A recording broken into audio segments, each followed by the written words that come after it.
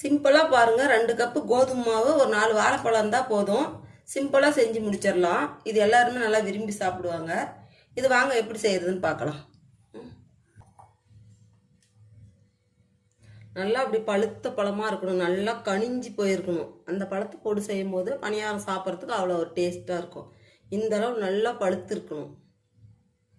பழத்தை கட் பண்ணி இந்த இதில் பவுலில் சேர்த்துக்கலாம். சின்ன சின்னதாக கட் பண்ணி சேர்த்துக்கலாம். நல்லா பழுத்த பழத்தை போட்டு செய்யும்போது அவ்வளோ டேஸ்ட்டாக இருக்கும். பாருங்கள், எல்லாம் கட் பண்ணியாச்சு. பழம் எல்லாமே கட் பண்ணி எடுத்தாச்சு. 4 பழத்தையுமே. 4 பழமும் 2 பழம் தான் சேரும் பெரிய பழத்துக்கு. இது நல்லா அந்த உருளைக்கிழங்கு மசிக்கிறத இதை மற்ற வச்சு நல்லா அப்படி நசுக்கி மசிச்சு எடுத்துக்கணும். கையில் கை வச்சு கலக்கக்கூடாது. கை வச்சு கலந்தால் அவ்வளோ டேஸ்ட்டு வராது. அதே போல் மிக்சிலையும் போடக்கூடாது. நல்லா இப்படி இதுலேயே நல்லா மசிச்சு எடுத்துக்கணும். எந்த அளவுக்கு மசிச்சு எடுக்க முடியுமோ அந்த அளவுக்கு எடுத்துக்கோங்க. அப்போ தான் நல்லா டேஸ்ட்டாக இருக்கும். பணியாரம் சாப்பிட்றதுக்கே அவ்வளோ ஒரு டேஸ்ட்டாக இருக்கும். பாருங்கள், நல்லா மசிச்சு எடுத்தாச்சு பழத்தை. இந்த அளவுக்கு மசி வச்சு எடுத்துக்கணும். போதும், இந்த அளவுக்கு இருந்தாலே போதும். நல்லா மசிஞ்சு போச்சு. பாருங்கள், நான் 1 கப்பு நாட்டு சக்கரை போடுறேன். இதையும் சேர்த்து அதில் கலந்து எடுத்துக்கலாம். இப்படி ஒரு விஸ்கு போட்டு நல்லா கலந்து எடுத்துக்கலாம். பாருங்கள், 1 ஏலக்காவை தட்டி சேர்த்துக்கலாம். அதில் எந்த கப்பில் நாம் நாட்டு சக்கரை எடுத்தோமோ அந்த கப்லேயே 2 கப்பு கோதுமை மாவு எடுத்துக்கலாம். இப்போ நல்லா கலந்து விடலாம். தண்ணி பார்த்துட்டு ஊற்றிக்கலாம். எந்த அளவுக்கு வருதுன்னு பார்த்துட்டு ஊற்றிக்கலாம். 1 கப்பு தண்ணி எடுத்துருக்கிறேன். 1/2 கப்பு ஊற்றி கலந்துக்கலாம். அப்புறம் கொஞ்சம் பத்தலாம் இன்னும் கொஞ்சம் ஊற்றி கலந்துக்கலாம். இன்னும் கொஞ்சம் ஊற்றி கலந்துக்கலாம். 1 கப்பு தண்ணி எடுத்தேன். பாருங்கள், சரியாக போச்சு.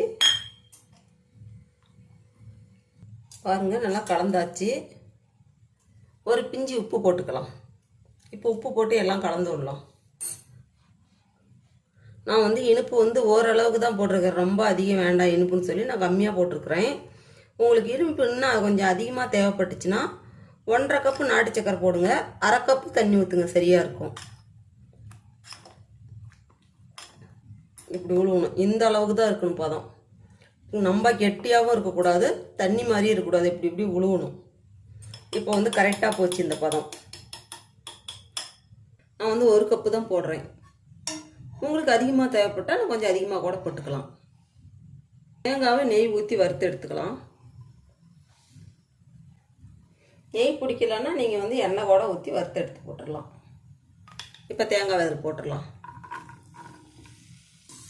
நல்லா வறுத்து எடுத்து போட்டோம்னா நல்லா சாப்பிட்றதுக்கு நல்லா டேஸ்ட்டாக இருக்கும். அதனால்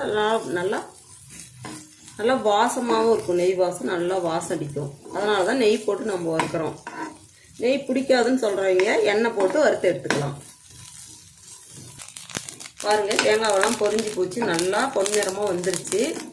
இதுக்கு மேலே விட்டாலும் நல்லா இருக்காது. இப்போ எடுத்து நம்ம இந்த மாவில் கலந்துக்கலாம்.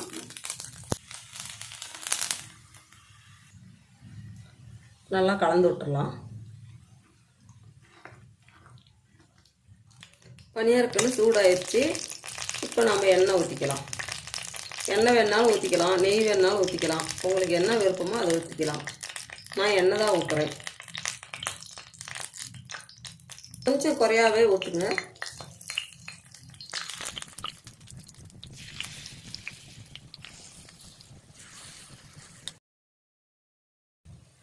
பாருங்க, இப்போ திருப்பி விட்டுறலாம்.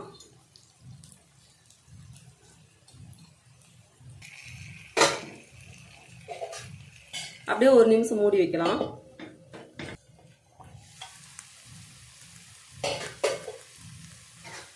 பாருங்க, நல்லா பணியாரம் வெந்து வந்துருச்சு. பாருங்க, நல்லா வெந்துருச்சு. இதே போல் நீங்கள் ஒரு முறை செஞ்சு பாருங்கள், அவ்வளோ டேஸ்ட்டாக இருக்கும். வாழைப்பழமும் கோதுமை மாவு 2 கப்பு, 1 கப்பு நாட்டு சக்கரை இருந்தால் போதும்.